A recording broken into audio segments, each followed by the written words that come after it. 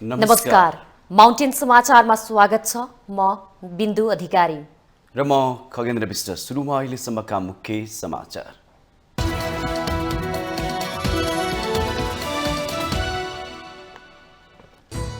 न्यायको खोजीमा 11 दिनको पैदल यात्रापछि महोत्तरीबाट काठमाडौँ आइपुगे मिटर ब्याजी पीडित।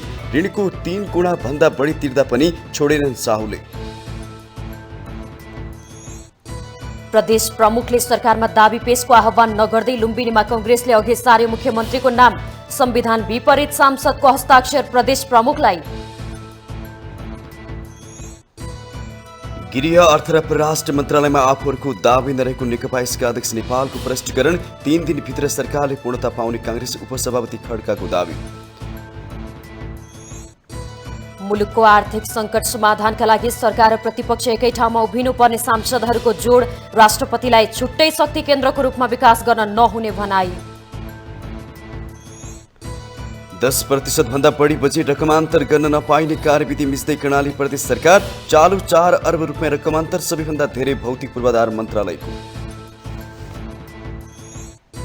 छिमेकी मुलुक बेलारुसमा आणविक हतियार राख्ने सम्झौता गरेको रुसी राष्ट्रपति पुटिनको भनाई। आणविक हतियारको अन्तर्राष्ट्रिय दायित्व उल्लङ्घन नभएको दाबी। र साफ अन्डर 17 महिला च्याम्पियनसिप फुटबल प्रतियोगिताको तेस्रो खेलमा नेपालको हार। रसियासँग 3-0 गोल अन्तरले पराजित।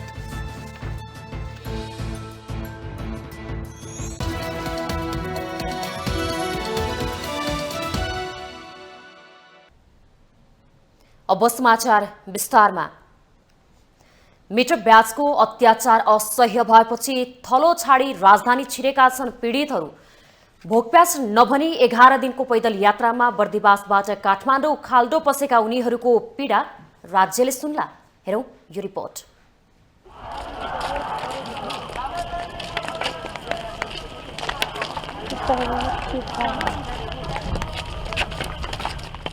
छ महिनाको दुधे बालक, आमाको सहारा टेक्ने लौरो।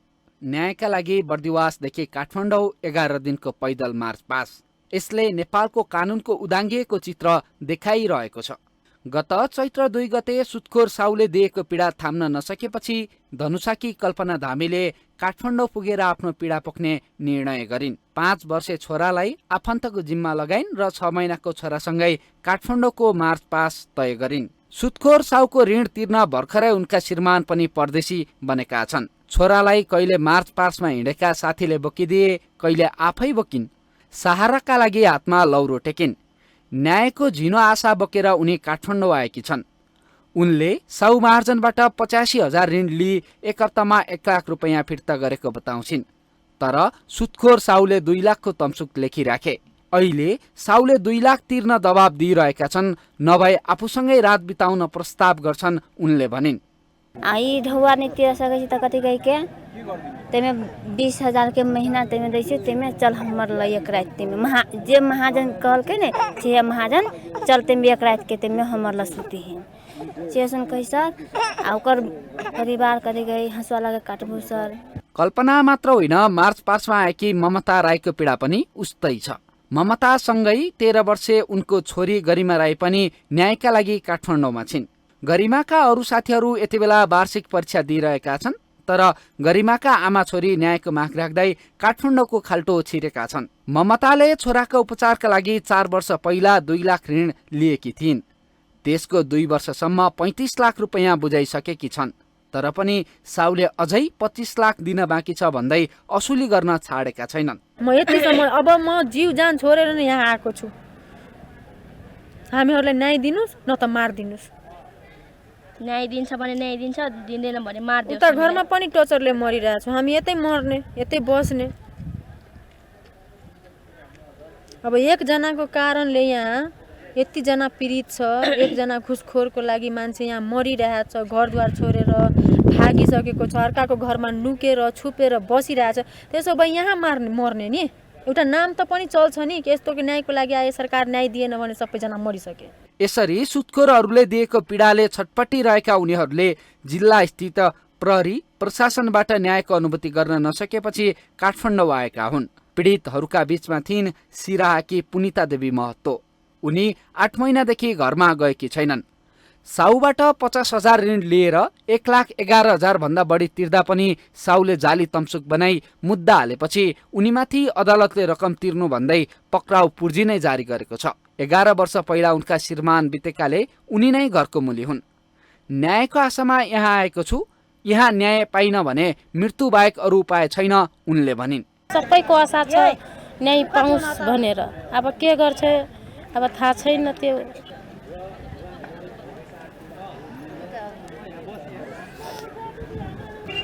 के गर्ने तब भन्छु, के गर्ने तब सबै दिन त्यही जेलमा गएर खान्छु नत्र मर्छु। सबै दिन मर्छु, 1 दिन किन मर्ने? सबै नानीहरूले पनि के खुवाएर मारिदिन्छु, आफै पनि मरिहाल्छु। के गर्ने? हुँदैन भने के गर्ने? सरकारको बसीमा त बस्नै पर्छ। महोत्तरीको बर्दिवासदेखि 11 दिन लगाएर काठमाडौँ आएका 8 जिल्लाका 71 जना मिटर ब्याज पीडित सबैका पीडाका भारी छन्।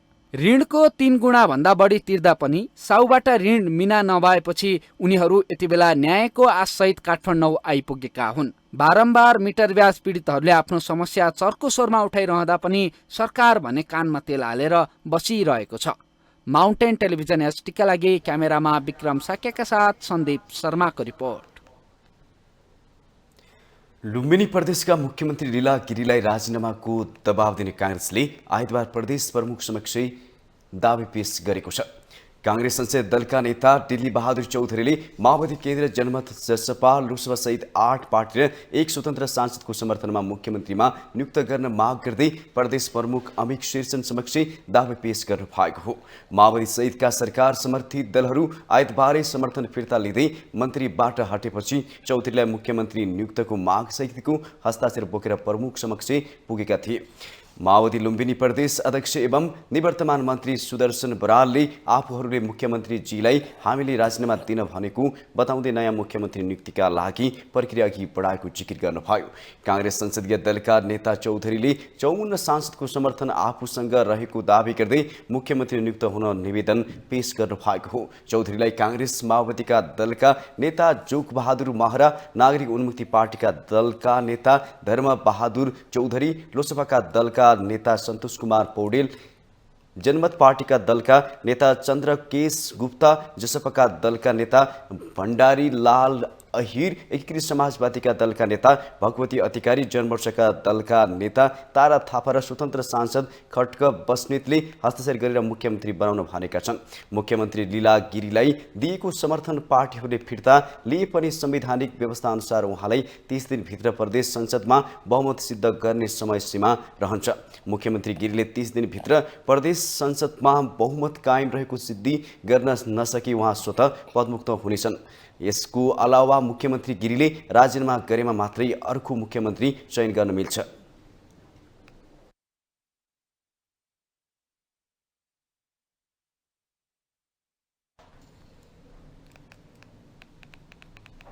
घर घरमा सिंहदरबार पुर्याउने सपना देखाएर मुलुकमा स्थानीय प्रदेश र संघ गरी 3 तहको सरकार निर्माण भयो। तर केन्द्र सरकारमा आउने सानो कम्पनले पनि प्रदेश र स्थानीय तहसम्म हलचल ल्याउने परिस्थिति निर्माण भएको छ। यसले केन्द्रको दबदबामा रहने प्रदेश सरकारको औचित्यमाथि नै प्रश्न उठेको छ। एक रिपोर्ट। देश संघीयतामा गयो भने जनताका सारा दुःख हट्छन् जसरी कतिपय नेताहरूले सपना देखाए, जनताले पत्याए पनि, तर संघीयताले जनतालाई एकपछि अर्को भारी बोकायो। प्रदेशले जातीय तथा साम्प्रदायिक द्वन्द्वको खतरा बढायो। त्यसमाथि केन्द्रको लाचार छाया जस्तै बनेको छ प्रदेश सरकार। यसले संघीयताको औचित्यमाथि थप प्रश्न उठेका छन्। प्रदेश सरकार खारेजीको आवाज बलियो बन्दै गएको छ। अहिले मुलुकमा भएको केन्द्रीकृत शासनलाई विकेन्द्रीकृत गर्नकै लागि निर्माण भएको प्रदेश सरकार नाम मात्रको भएको छ, जसले देशलाई आर्थिक भार मात्रै बढाइरह्यो। पुस 10 बनेको केन्द्र सरकार 2 महिनामै लथालिङ्ग बन्दा यसको प्रत्यक्ष असर प्रदेशमा देखा परेको छ। माघ 3 गते पहिलो पटक विश्वासको मत लिएका बागमती प्रदेशका मुख्यमन्त्री शालिग्राम जमकट्टेलाई एमाले सरकार नछाडेसम्म विश्वासको मत नदिने अडानमा रहेको नेपाली कङ्ग्रेसले आलो पालो नेतृत्व गर्ने शर्तमा बल्ल तल्ल साथ दियो। लुम्बिनी प्रदेशको पनि हालत उही छ। एमालेका मुख्यमन्त्री लीला गिरी केन्द्रमा आफ्नो पार्टी प्रतिपक्षमा पुगेसँगै प्रदेशमा पनि अल्पमतमा परेका छन्। विश्वासको मत पर्याप्त नहुने भएपछि अन्य दलहरूले मुख्यमन्त्रीको राजीनामा नभएसम्म विश्वासको मत नदिने अडानमा छन्। यसमा सुधार गर्नुपर्ने देखिन्छ। खारेजको तहमा जान खोज्नु भनेको देशलाई नयाँ द्वन्द्वमा फसाउनु हो फेरि, होइन?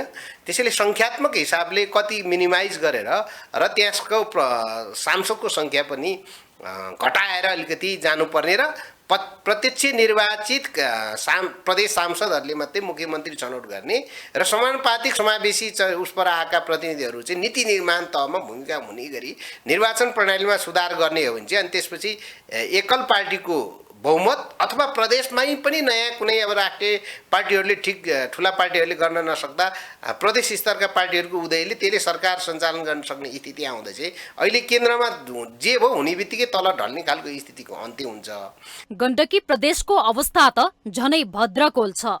माओवादीले समर्थन फिर्ता लिएपछि अल्पमतमा पर्नुभएका मुख्यमन्त्री खगराज अधिकारी हालसम्म सरकारबाट बाहिरिनु भएको छैन, बरु विश्वासको मत जुटाउन आन्तरिक प्रयास गरिरहनु भएको छ।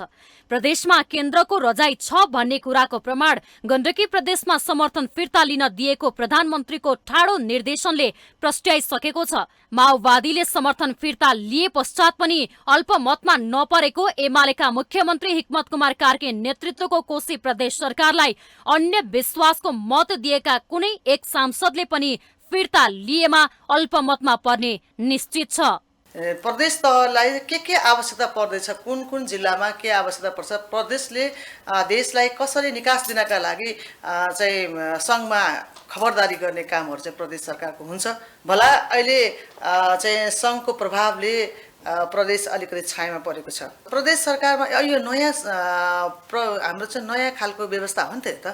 नयाँ खालको व्यवस्थामा नीति नियम लागू गर्नका लागि त्यसलाई समय चाहिन्छ। केन्द्रले के हेरेको छ भन्दाखेरि प्रदेशलाई अलिकति तल्लो नजरले हेरिरहेको अवस्था हो कि जस्तो मलाई मात्रै फिल भएको छ। केन्द्रको राजनीति यसै पनि अस्थिर छ। यसले अस्थिरतालाई तलसम्म लाने गरी संरचना निर्माण गरेको छ। संघीयताले देशको अस्थिरता र द्वन्द्वलाई तलसम्म पुर्याइदिएको छ, जसले देशको विकासमा थप बाधा खडा गरिरहेको छ। माउन्टेन टेलिभिजन एसडीका लागि बिन्दु अधिकारी, काठमाडौँ। नेकपा एकीकृत समाजवादीका अध्यक्ष माधव कुमार नेपालले साझा नीति तथा कार्यक्रममा हस्ताक्षर भएपछि मात्रै सरकारले पूर्णता पाउने बताउनु भएको छ। आइतबार संघीय संसद भवन नयाँ बानेश्वरमा सञ्चारकर्मीहरूसँग कुरा गर्दै अध्यक्ष नेपालले गठबन्धन दलहरूका बीचमा सरकारको साझा नीति तथा कार्यक्रमबारे छलफल भइरहेको बताउनुभयो। उहाँले सरकारको साझा नीति तथा कार्यक्रममा हस्ताक्षर भएसँगै सोही मान्यताका आधारमा सरकारले पूर्णता पाउने दावी गर्नुभयो। आज बल्ल हामी अहिलेको सरकारको जुन नीतिगत प्रतिबद्धता हो, साझा एउटा नीति र कार्यक्रम अगाडि सार्नुपर्ने, त्यसको निम्ति चाहिँ छलफल भइरहेछ। छलफल भएर टुङ्गो लाग्ला, त्यसमा त्यो कागजमा हस्ताक्षर होला। त्यो हस्ताक्षर त्यही वैचारिक मान्यता, त्यही नीतिगत मान्यता, त्यही कार्यक्रमिक मान्यताको आधारमा नै नयाँ सरकार या सरकारले पूर्ण आकार प्राप्त गर्ने हो। अध्यक्ष नेपालले आफ्नो पार्टीले गृह अर्थ र परराष्ट्र मन्त्रालयको दावी नगरेको प्रश्न पार्नुभयो। उहाँले देशको अर्थतन्त्रको समस्यालाई राम्ररी बुझेको र समस्याको समाधान दिन सक्ने व्यक्तिलाई अर्थमन्त्री बनाउन आफूले प्रधानमन्त्रीलाई सुझाव दिएको बताउनुभयो। यदि अर्थ मन्त्रालय यस्तो व्यक्तिलाई दिनुहोस् जसले देशको अर्थतन्त्रका समस्याहरूलाई राम्ररी बुझ्न सकेको छ र समस्याको कारणहरू पत्ता लगाउन सक्दछ र त्यसको समाधान दिन सक्छ, त्यस्ता व्यक्तिलाई खोजेर मात्रै अर्थ मन्त्रालयको जिम्मेवारी दिनुहोला है भनेर मैले एउटा सुझाव उहाँलाई दिएको छु। त्यसैगरी नेपाली कांग्रेसका उपसभापति पूर्णबहादुर खड्काले सत्तारूढ दलहरूका बीचमा मन्त्रालयको भागभण्डा नटुङ्गेको भन्दै कसको नेतृत्वमा सरकारमा जाने र को मन्त्री बन्ने बारे कांग्रेसले निर्णय नगरेको उल्लेख गर्नुभयो। कांग्रेसले औपचारिक रूपमा कुनै पनि निर्णय गरेका छैन। नेपाली कांग्रेस मात्र होइन, कुनै पनि दलले कुन मन्त्रालय लिएर सहभागी हुने भन्ने बारेमा अन्तिम निर्णय भइसकेका छैन। अहिले सबै कुरा छलफलको क्रममा छ। तपाईँहरूले अनुमानको दृष्टिकोणले मिडियाले विभिन्न सञ्चार माध्यमले लेख्ने बोल्ने कुरा त्यो तपाईँहरूको चाहिँ के भन्छ छुटको कुरा भयो, तपाईँहरूको अधिकारको कुरा भयो। जहाँसम्म आधिकारिक रूपमा तपाईँहरू मलाई सोध्नुभयो, अहिलेसम्म सबै छलफल घनीभूत रूपमा प्रधानमन्त्रीले समन्वय गरेर गरिरहनु भएको छ। गठबन्धन दलका नेताहरूको बिचमा छलफल पनि भइरहेछ। अहिलेसम्म कुन पार्टीले कुन मन्त्रालयमा सहभागी हुने भन्ने कुरो टुङ्गो लागिसकेका छैन। नेपाली कांग्रेस पार्टीको तर्फ औपचारिक रूपमा को जाने, कसले नेतृत्व गर्ने भन्ने बारेमा औपचारिक निर्णय भइसकेका छैन। प्रधानमन्त्री प्रचण्डले सबै दलहरूसँग संवाद गरिरहेको भन्दै 3 दिनभित्रमा सरकारले पूर्णता पाउने उपसभापति खड्काले बताउनुभयो। जारी छलफलमा सरकार विस्तारको सम्बन्धमा कसैको असहमति नभएको उहाँको दाबी थियो।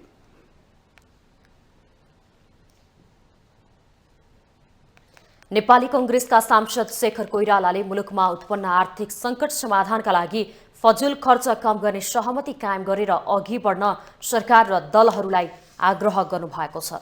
आइतबार प्रतिनिधि सभा बैठकमा विशेष समय लिएर बोल्दै उहाँले मुलुकको अर्थतन्त्रलाई सबल बनाउन र जनताको अपेक्षा अनुसार काम गर्न संसद, सरकार र प्रतिपक्ष सहितका सबै दलहरू एक ठाउँमा उभिनुको विकल्प नरहेको स्पष्ट पार्नुभयो। उहाँले प्रधानमन्त्री पुष्पकमल दाहाल प्रचण्डलाई मुलुकको अर्थतन्त्रमा देखेका सङ्कट हटाउन सबै मन्त्रीहरूलाई नैतिक रूपमा तलमाथि गर्न नदिने प्रण गर्न पनि सुझाव दिनुभयो। आफूले अर्थविद, व्यापारी, उद्योगपतिहरूसँग मुलुकको आर्थिक सङ्कटबारे छलफल गर्दा निराशा भेटेको कोइरालाको भनाइ थियो। उद्योगपति, व्यवसायी, व्यापारी, उत्पादनका क्षेत्रमा लागेका साना ठुला अनेकन समूहसँग अन्तर्क्रिया गर्ने मौका पाए। छलफलका क्रममा उहाँहरूको समस्याका बारेमा भरमजदुर बुझ्ने प्रयास गरे। जोखिम मोलेर मेहनत गर्दै आफ्नो उद्यमशीलताको बलमा स्वयं पुँजी परिचालन गर्ने, रोजगारी सृजना गर्ने र सरकारलाई कर तिर्ने वर्ग अहिले निराश भएको मैले पाएँ। गरी खाने युवावर्ग सबै विदेश पलायन हुन खोज्नु र यहीँ उद्यम गरेर टिक्न खोजेका व्यवसायीहरू हताश मनस्थितिमा रहनु भनेको हाम्रो राष्ट्र सिकिस्त बिरामी भएको अवस्थाको हो। यो विषयलाई म गम्भीरतापूर्वक राख्ने अनुमति चाहन्छु। जनता समाजवादी पार्टी नेपालका सांसद अशोक राईले प्रदेश 1 को नाम कोशी राख्ने निर्णयको विरोधमा शान्तिपूर्ण आन्दोलन गरिरहेका पदम कुमार लिम्बुको प्रहरीको लाठी प्रहारबाट ज्यान गएकोमा आपत्ति जनाउनुभयो। गणतन्त्रमा पहिचानको अधिकार स्थापित गर्नका लागि शान्तिपूर्ण आन्दोलन गरिरहेकाहरूमाथि सरकारको दमनबाट ज्यान जानु अत्यन्तै निन्दनीय काम भएको उहाँको टिप्पणी थियो। संहिताभित्र पहिचान माग्ने आन्दोलनकारीहरूको ज्यान लिने प्रक्रिया, यो श्रृङ्खलाको एउटा कडी फेरि थपिन गएको अत्यन्तै दुःखद छ, निन्दनीय छ। तसर्थ यस किसिमको परिस्थितिलाई रोक्न अन्त गर्नका निम्ति पनि म सरकारलाई सभामुखज्यू मार्फत आग्रह गर्न चाहन्छु। नेकपा एमालेका सांसद रघुजी पन्तले राष्ट्रपतिका लागि छुट्टै सल्लाहकार समूह आवश्यक नरहेको जिकिर गर्नुभयो। प्रधानमन्त्री र मन्त्री परिषद आफै सल्लाहकार भएकाले राष्ट्रपतिले छुट्टै सल्लाहकार समूह बनाउन आवश्यक नरहेको उहाँको तर्क थियो। राष्ट्रपतिलाई छुट्टै शक्ति केन्द्रको रूपमा बनाउन सल्लाहकार बनाउने कानूनी व्यवस्था गर्नु संसदीय व्यवस्थाका लागि उचित नभएको भन्दै तत्काल संशोधन गर्नुपर्ने प्रस्ताव राख्नुभयो। सांसद पन्तले मुलुकलाई उपराष्ट्रपति नचाहिएको जिकिर समेत गर्नुभयो।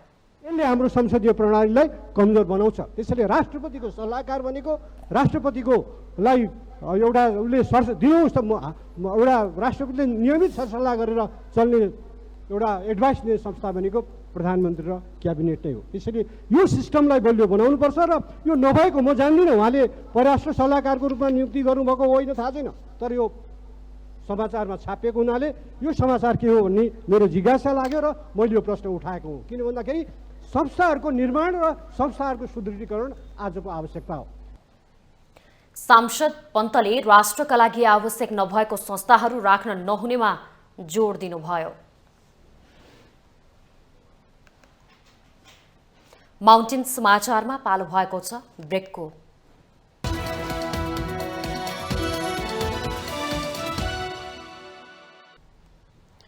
ब्रेकपछि स्वागत छ। अब बाँकी समाचार। प्रतिनिधि सभाको शून्य समयमा सांसदहरूले समसामयिक विषयमा सरकारको ध्यान आकर्षण गराएका छन्। आइतबार बसेको बैठकमा सांसदहरूले खस्किँदो अर्थतन्त्र, युवाहरूको विदेश पलायन, मिटर ब्याजका कारण पीडित भएका व्यक्तिहरूको बारेमा सरकारलाई गम्भीर बन्न आग्रह गरे। प्रमुख शहरहरूमा आर्थिक र व्यापारिक कार्यहरू सुस्त छन्। दैनिक 2500 युवाहरू विदेशिएका छन्। हरेक महिना विदेश अध्ययन र भ्रमणमा ठूलो रकम बाहिरिँदा विदेशी मुद्रा सञ्चितमा दबाव परेको छ। लघु वित्त र सहकारी लगायत सिङ्गो वित्तीय प्रणाली सङ्कटपूर्ण अवस्थामा छ। कर प्रशासन करदाता मैत्री छैन। आर्थिक मन्दीका कारण महँगी उच्च छ।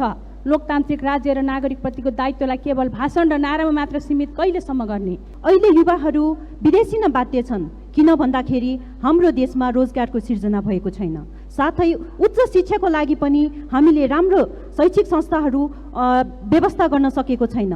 उच्च शिक्षाको लागि उनीहरू मिटर ब्याजमा पैसाहरू ब्याजमा लिएर विदेशी न बाध्य भइरहेका छन्। देशको अनेकौं भेगका नागरिक यही सोधिरहेका छन्, नापी कहिले आउँछ, लाल पूर्जा कहिले पाइन्छ। बुद्ध शान्ति लगायत कतिपय ठाउँमा सरकारले लाल पूर्जा वितरण सुरु पनि गर्यो, तर गरिब जनताले चर्को कर तिर्न सक्दैनन् भन्ने हेक्का राखिएन। त्यसैले सम्माननीय सभामुख मार्फत म सरकारलाई एकसाथ 4 आग्रह गर्दछु। 1. नापी नभएको ठाउँमा अविलम्ब नापी सुरु गरियोस्। 2. जनताले तिर्न नसक्ने कर घटाएर न्यून बनाइयोस्। 3. कर समायोजनसँगै लाल पूर्जा वितरण अघि बढाइयोस्। देश एउटा आर्थिक सङ्कटमा परिरहेको छ। यस्तो अवस्थामा कैयौँ विकासका आयोजनाहरू सुचारू भएको देखिँदैन। स्थानीय तह र केन्द्र सङ्घको एक खालको त्यो समन्वय पनि देखिँदैन। सरकारले यो विकासका कार्यक्रमहरूलाई अहिले जुन हामीले विधेयक ल्याइरहेका छौँ, मूल्याङ्कन अनुगमन राम्रोसँग गरेर विकासको कार्यक्रमहरू, त्यो आयोजनाहरूको एउटा प्रभावकारी त्यसको के रहेछ त्यो यथार्थ विवरण पेश गर्ने हो कि शून्य समयमा उठेका धेरै प्रश्नहरूको सरकारले जवाफ दिएको छैन। त्यो जवाफको लागि पनि म सामान्य सभामुखको मार्फत आग्रह गर्न चाहन्छु। धन्यवाद। हाम्रो त्रिभुवन विश्वविद्यालय अन्तर्गतको शिक्षण अस्पताल महाराजगञ्जमा शहीद सुरेश वाइली क्यान्सर केन्द्र स्थापना भएको छ। यसलाई उपकरणहरूका साथ अझै व्यवस्थित गरेर राजधानीमा भएको ठुलो जनसङ्ख्या र त्यहाँ आएको क्यान्सरका बिरामीहरूलाई यथोचित उपचार गर्ने व्यवस्थाको लागि सम्मानीय सभामुख मार्फत म नेपाल सरकारको ध्यान गराउन चाहन्छु। सांसदहरूले शून्य समयमा उठेका प्रश्नहरूको सरकारले जवाब नदिएको भन्दै आपत्ति पनि जनाएका थिए। नेपाली कांग्रेसका उपसभापति पूर्ण बहादुर खड्काले प्रतिनिधि सभा नियमावली आफूले उल्लङ्घन गरेको स्वीकार गर्दै माफी माग्नु भएको छ। प्रतिनिधि सभाको आइतबारको बैठकमा सांसद बलराम अधिकारी विशेष समयमा आफ्ना धारणा राखिरहेको बेला सत्तारूढ कांग्रेसका उपसभापति तथा सांसद पूर्ण बहादुर खड्का बैठक हलमा प्रवेश गर्नुभएको थियो। सांसद खड्का अर्का सांसद अधिकारी बोलिरहेका बेला अगाडिबाट आफ्नो सिटमा गएर बस्नु भएको थियो। प्रतिनिधि सभा नियमावलीमा कुनै सांसद बोलिरहेको बेला अगाडिबाट हिँड्न नहुने प्रावधान छ। सभामुख र बोलिरहेको सांसदको बीचबाट हिँड्न नहुने नियमावलीको नियम खड्काबाट उल्लङ्घन भएको थियो। सांसद अधिकारीले बोलिसकेपछि एमालेका सचेतक महेश बर्तौलाले नियममा आपत्ति जनाउनु भयो। मैले यो विषय माननीय सदस्यले बोलिरहँदाखेरि मैले उठ्न पर्यो। एउटा नियमापत्तिको सन्दर्भमा मैले उठाउन खोजेको हो। मैले भोलिका दिनमा पनि यो विषय काम लाग्छ। यो पटक पटक हाउसमा एउटा मर्यादा विपरीत काम भइरहेको छ। हाम्रो प्रतिनिधि सभा नियमावली नियम 20 बमोजिम 20 को 6 बमोजिम सभामुखको आसन तथा बोलिरहेको सदस्यको बीचबाट हिँड्न कोही पनि सदस्यलाई त्यो अनुमति हुँदैन। पटक पटक यो सदनको गरिमा र मर्यादालाई धज्जी उडाउँदै मान्य सदस्यहरूबाट यस प्रकारको काम भइरहेको छ। सत्ता पक्षको मान्यज्यूहरूबाट यस प्रकारको काम भइरहेको छ। म गम्भीरताका साथ सभामुख महोदय, म यो विषयमा सभामुखको ध्यानाकर्षण होस्, म यो विषय राख्न चाहन्छु। त्यस लगतै सभामुख देवराज घिमिरेले यस्तो विषयमा ध्यान दिन सचेत गराउनु भएको थियो। सोही विषयमा सभामुखसँग समय माग गरेर सांसद खड्काले नियमावली उल्लङ्घन गरेकोमा माफी माग्नुभयो। कारणले माननीयले उल्लेख गर्नुभए अनुसार मैले नियमावलीको त्यो दफालाई उल्लङ्घन गरेँ, त्यसका लागि म क्षमा माग्न चाहन्छु। धन्यवाद। प्रतिनिधि सभा नियमावलीको नियम 20 को 6 बमोजिम सभामुख आसन तथा बोलिरहेको सदस्यको बीचबाट हिँड्न कोही पनि सदस्यलाई अनुमति नहुने उल्लेख गरिएको छ।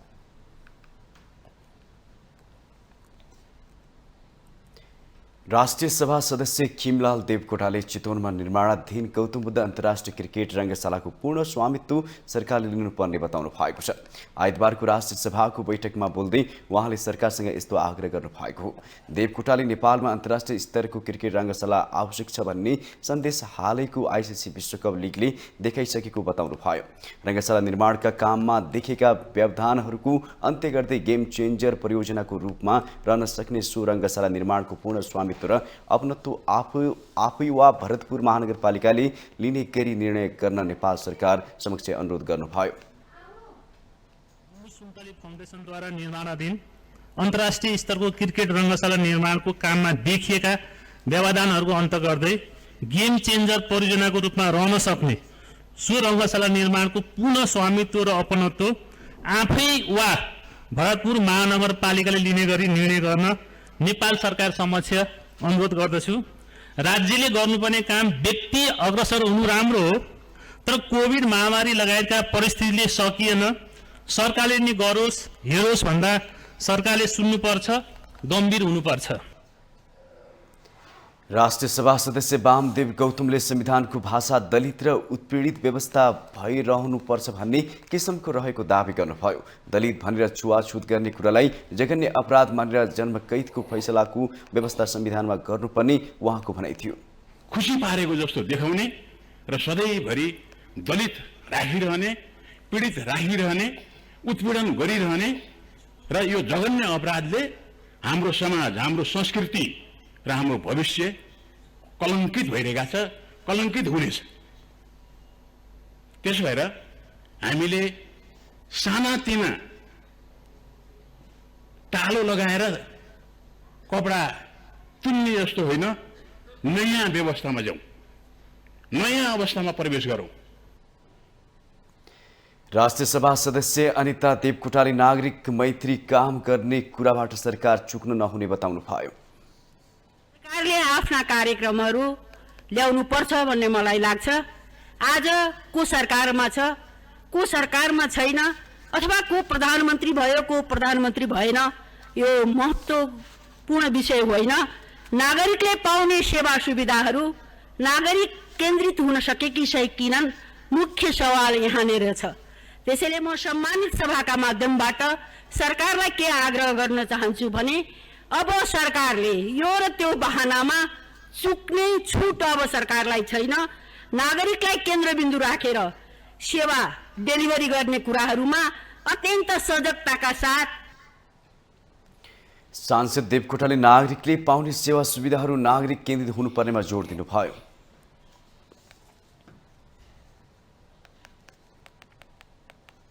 सञ्चार तथा सूचना प्रविधि मन्त्री रेखा शर्माले बेपत्ता पारिएका व्यक्तिको छानबिन, सत्य निरूपण तथा मेलमिलाप आयोग विधेयकप्रति असहमति जनाउनु शान्ति प्रक्रिया विरुद्धको रहेको बताउनु भएको छ। आइतबार संघीय संसद भवन परिसरमा सञ्चारकर्मीहरूसँग कुराकानी गर्दै मन्त्री शर्माले बेपत्ता पारिएका व्यक्तिको छानबिन, सत्य निरूपण तथा मेलमिलाप आयोग तेस्रो संशोधन विधेयकप्रति असहमत हुनु शान्ति प्रक्रिया विरुद्धको कुरा भएको दावी गर्नुभयो। शान्ति प्रक्रियालाई मन नपराउने र बेठिक ठान्नेहरूले यसको विरोध गरेको उहाँको भनाइ थियो।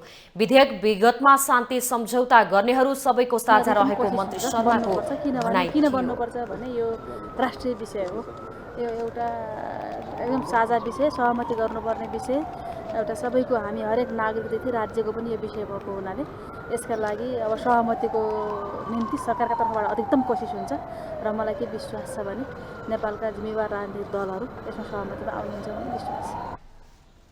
उहाँले विधेयकको सम्बन्धमा राजनीतिक दलहरूका बीचमा सहमति जुटाउने अधिकतम कोसिस हुने उल्लेख गर्नुभयो।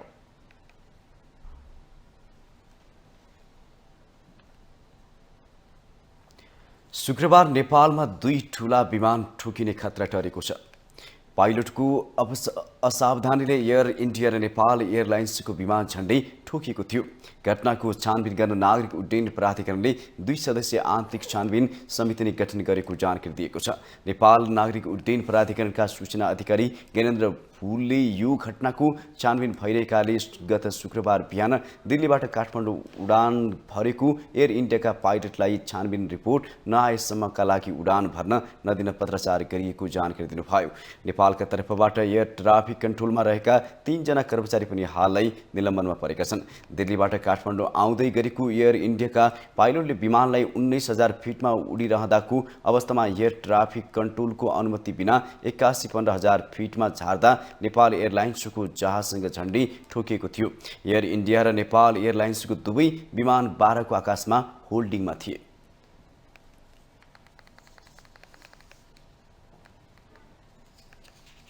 नेपाल पत्रकार महासंघका अध्यक्ष विपुल पोखरेलले पत्रकारिता क्षेत्रमा धेरै प्रश्न उठ्ने गरेको भन्दै सबै पत्रकारहरू सजग हुन जरुरी रहेको बताउनु भएको छ।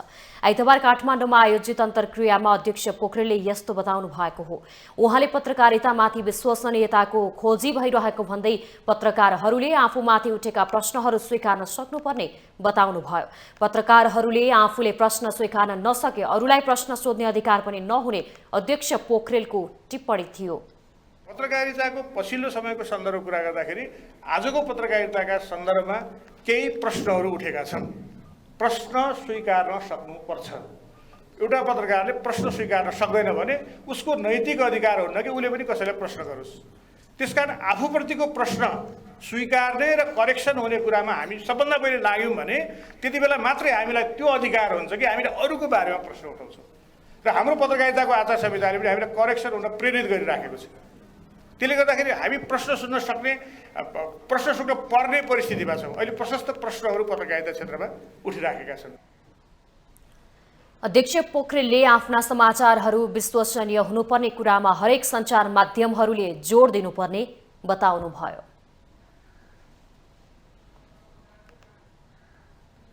माउन्टेन समाचारमा फेरि पालो भएको छ ब्रेकको।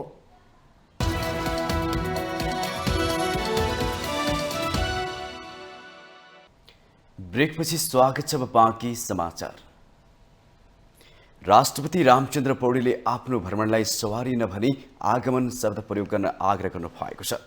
राष्ट्रपतिमा निर्वाचित भएपछि पहिलोपटक काठमाडौँ बाहिरको भ्रमणमा गोरखा पुग्नुभएका राष्ट्रपति पौडेलले सवारी शब्द सामन्तवादको प्रतीकको रूपमा रहेको भन्दै भ्रमणमा आगमन शब्दको प्रयोग गर्न आग्रह गर्नुभयो। राजतन्त्र र गणतन्त्रको राष्ट्र अध्यक्षमा केही फरक हुन्छ भन्ने विषयलाई आफूले हेक्का राख्छु भनेर बताएको उहाँको भनाइ थियो। काठमाडौँबाट सेनाको हेलिकप्टरमा गोरखा पुग्नुभएका राष्ट्रपति पौडेलले त्यहाँ करिब 2 घण्टा बिताउनु भयो। उहाँले ठूलो आँगन र गोरखा दरबारमा रहेको पृथ्वीनारायण शाहको शालिगमा माल्यार्पण गर्नुका साथै गोरखनाथ र गोर्खाली मन्दिरमा पूजाआजा गर्नुभएको थियो। राष्ट्रपति पौडेलले दरबार संग्रहालयको अवलोकन पनि गर्नुभएको थियो।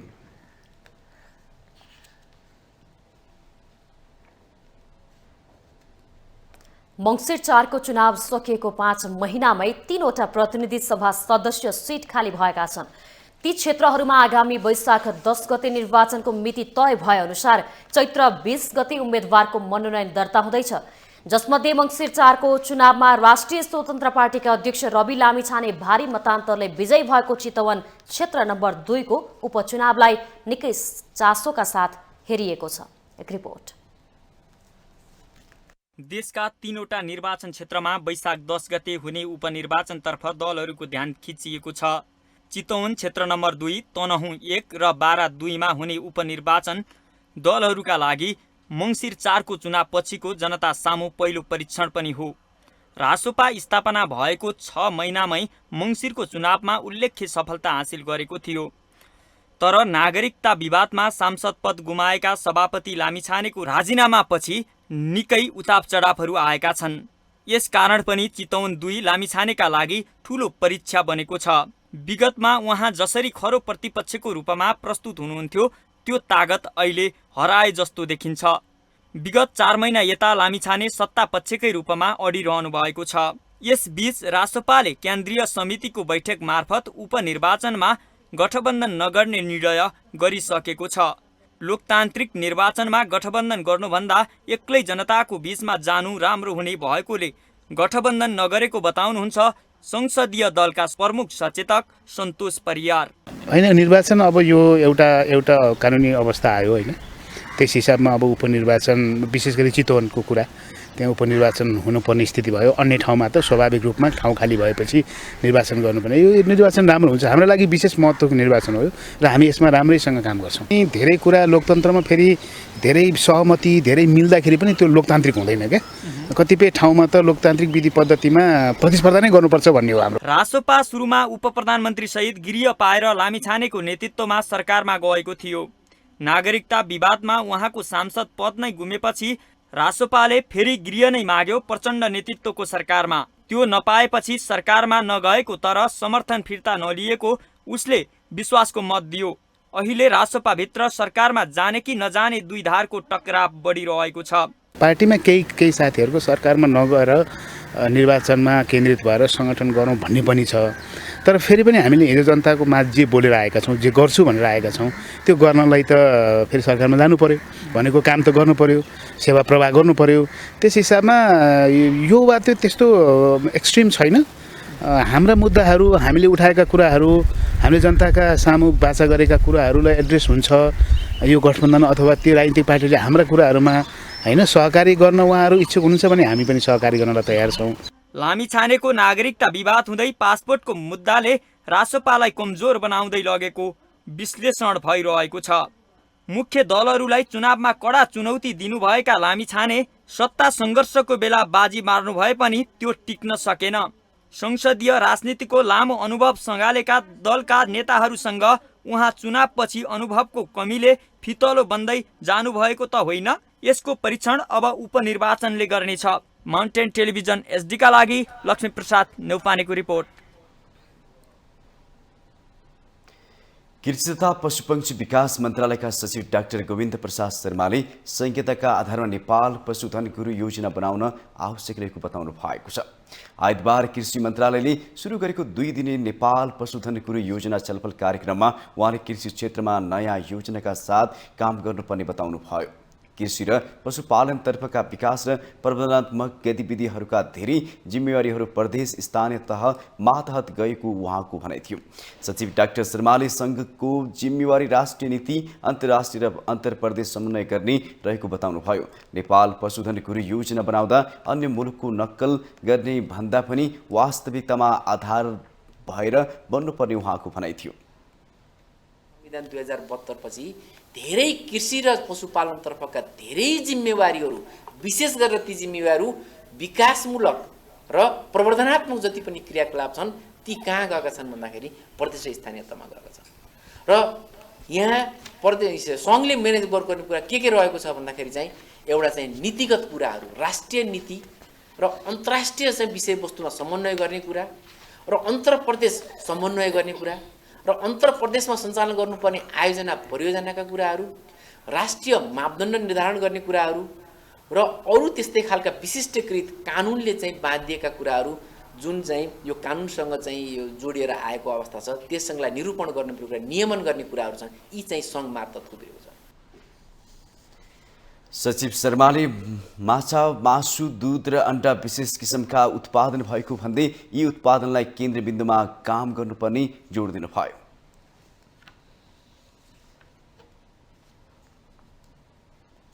हामीसँग आर्थिक अन्तर्राष्ट्रिय खेल समाचार बाँकी नै छ। माउन्टेन समाचारमा पालो भएको छ ब्रेकको।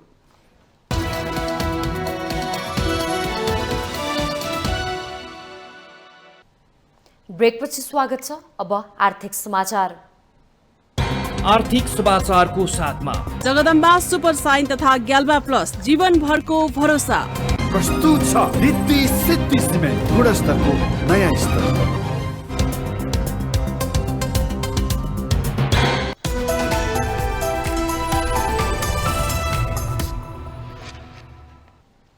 आर्थिक वर्षको अन्त्यतिर आएपछि कर्णाली प्रदेश सरकारले ठूलो रकम बजेट रकमान्तर गरेको छ। आर्थिक वर्ष 2079-80 को अन्तिम चौमासिक चल्दै गर्दा करिब 4 अर्ब रुपैयाँ बराबर बजेट रकमान्तर भएको हो। कर्णाली प्रदेशको आर्थिक मामिला तथा योजना मन्त्रालयका अनुसार प्रदेश सरकारले चालू आर्थिक वर्षको हालसम्म 3 अर्ब 91 करोड 49,98,800 रुपैयाँ रकमान्तर गरेको हो। कार्यान्वयन हुन नसकेका योजनाबाट रकमान्तर गरी अन्य शीर्षकमा बजेट दिएको हो।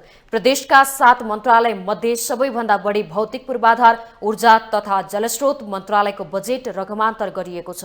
उक्त मन्त्रालय आफैले कार्यान्वयन गर्ने कार्यक्रमबाट 5 करोड रुपैयाँ रकमान्तर गरिएको छ। त्यसबाहेक मातहतका कार्यालयलाई विनियोजन गरिएको बजेट पनि रकमान्तर गरिएको छ। भौतिक विकासमा गाभिनु अघि ऊर्जा तथा जलस्रोत मन्त्रालय अन्तर्गत विनियोजन गरिएको 13 करोड 71,54,000 रुपैयाँ पनि रकमान्तर गरिएको छ। यसैगरी मुख्यमन्त्री तथा मन्त्री परिषदको कार्यालय मातहतको मुख्यमन्त्री रोजगार कार्यक्रमको 6 करोड 60 लाख, भूमि व्यवस्था कृषि तथा सहकारी मन्त्रालय अन्तर्गत विनियोजित 8 करोड रुपैयाँ रकमान्तर गरिएको छ। सामाजिक विकास मन्त्रालयको 3 करोड 53 लाख, शिक्षा विकास निर्देशनालयको 31 करोड 80 लाख, सामाजिक विकास कार्यालयहरूको 31 करोड 80 लाख रकमान्तर गरिएको मन्त्रालयले जनाएको छ। एक मन्त्रालयबाट अर्को मन्त्रालयमा 10% भन्दा बढी बजेट रकमान्तर गर्न नपाइने व्यवस्था छ, तर मन्त्री परिषदले निर्णय गरेका आधारमा धमाधम रकमान्तर गर्ने गरिएको छ।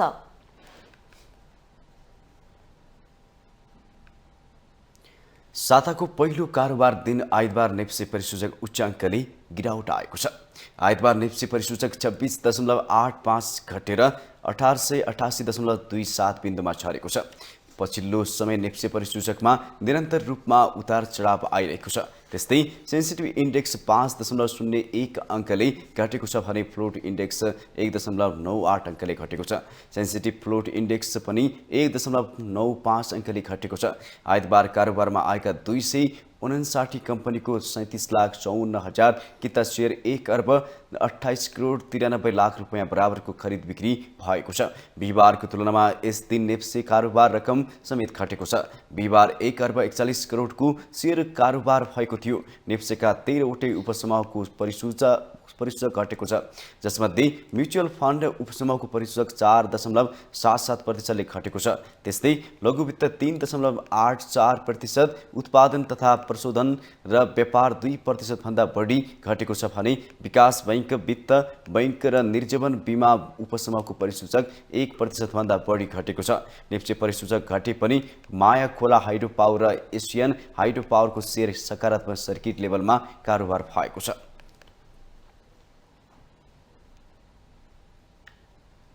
अब अन्तर्राष्ट्रिय समाचार।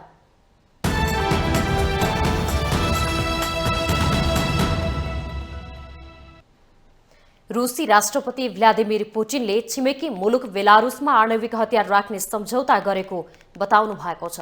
युक्रेन युद्धलाई लिएर पश्चिमा मुलुकसँगको तनावपूर्ण सम्बन्ध र रूसी विश्लेषकले सम्भावित आणविक हमलाको सन्दर्भ निकालिरहेका बेला राष्ट्रपति पुटिनले यस्तो घोषणा गर्नुभएको हो। संयुक्त राज्य अमेरिकाले दशकौंदेखि आफ्नो युरोपेली सहयोगी मुलुकमा आणविक हतियार राखेको बताउँदै उहाँले बेलारुससँगको सम्झौताले आणविक सम्झौताको उल्लङ्घन समेत नगर्ने जिकिर गर्नुभयो।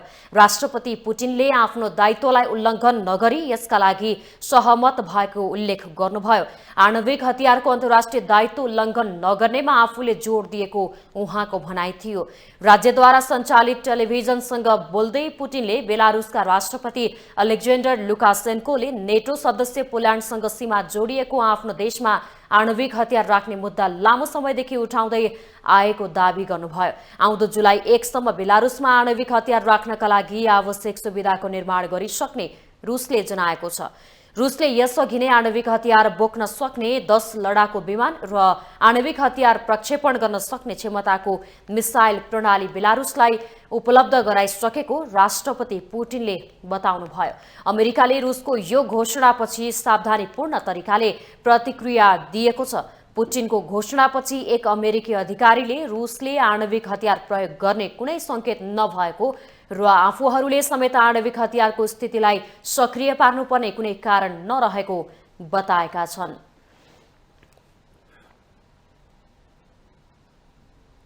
अब पालो खेल समाचारको।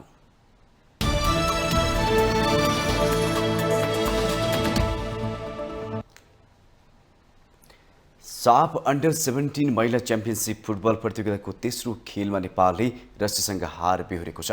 बङ्गलादेशको ढाका स्थित BSSS मुस्ताफा कमल स्टेडियममा नेपाललाई रसियाले 3-0 गोल अन्तरले हराएको हो। पहिलो हाफमा रसियालाई गोलरहित बराबरीमा रोकेको नेपालले दोस्रो हाफमा 3 गोल खाएको हो।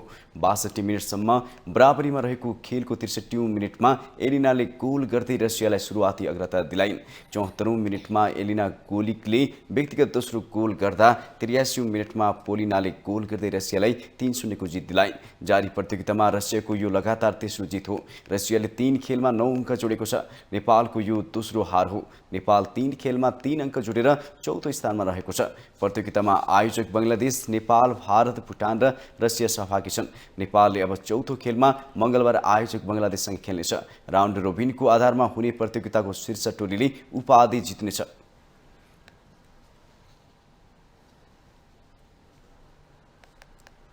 राष्ट्रिय खेलकुद परिषद राखेपले कीर्तिपुर स्थित त्रिवी क्रिकेट मैदानमा रात्रिकालीन समयमा पनि खेल सञ्चालन गर्न मिल्ने गरी फ्लड लाइट जडानका लागि लागत मूल्याङ्कन सुरु गरेको छ। सरकारले आर्थिक वर्ष 2079-80 को बजेटमा कीर्तिपुर मैदानमा फ्लड लाइट जडानका लागि 10 करोड रुपैयाँ विनियोजन गरेको छ। राखेपका प्रशासन प्रमुख मधुसूदन बस्नेतले फ्लड लाइट जडानका लागि यही आर्थिक वर्षभित्र टेन्डर आह्वान हुन सक्ने बताउनुभयो। नेपालसँग यो कामका लागि अनुभव नभएको भन्दै उहाँले विदेशी विशेषज्ञहरूसँग समन्वय गरी लागत सङ्कलनको तयारी गरिरहेको जानकारी दिनुभयो। 2 साता अघि आइसिसी विश्वकप लिग 2 मा शानदार प्रदर्शनसँगै नेपाल टिम आउने जुलाईमा जिम्बाब्वेमा हुने एक दिवसीय विश्वकप छनौटमा प्रवेश गरेको थियो। त्यसपछि क्रिकेटका लागि घरेलु पूर्वाधारको बेथितिले चर्चा पाएको छ। राष्ट्रिय टिमलाई बधाई दिँदै प्रधानमन्त्री पुष्पकमल दाहाल प्रचण्डले त्रिवी मैदानमा फ्लड लाइट जडानका लागि निर्देशन दिनुभएको थियो। प्रशासन प्रमुख बस्नेतले फ्लड लाइट जडान गर्ने स्थानको माटो परीक्षण सम्पन्न भएको बताउनुभयो। सन् 1998 मा निर्माण भएको त्रिवी क्रिकेट मैदानलाई अत्याधुनिक सुविधा सम्पन्न बनाउन फ्लड लाइट मात्र होइन, पभेलियन, डिजिटल स्कोरबोर्ड र प्यारापिट पनि निर्माण गर्नुपर्ने देखिन्छ।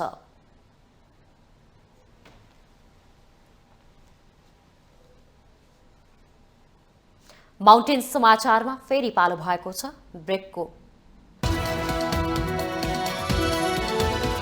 पुनः एकपटक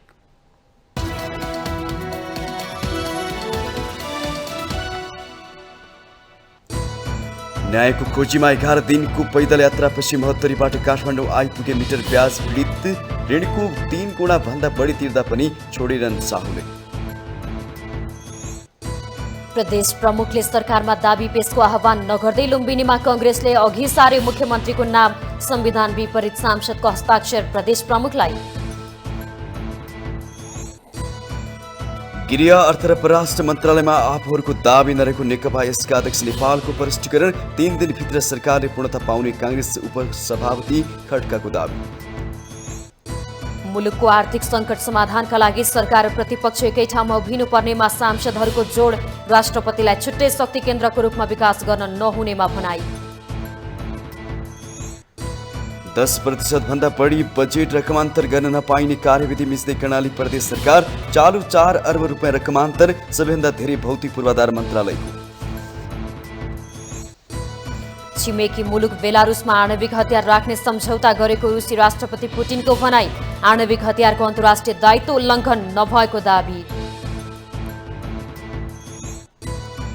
र साफ अन्डर 17 महिला च्याम्पियनसिप फुटबल प्रतियोगिताको तेस्रो खेलमा नेपालको हार। रसियासँग 3-0 गोल अन्तरले पराजित।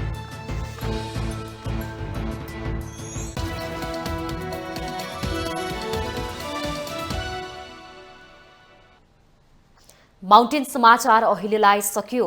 सत्य, तथ्य र निष्पक्ष समाचारका लागि माउन्टेन टेलिभिजन HD हेर्दै रहनुहोला। नमस्कार।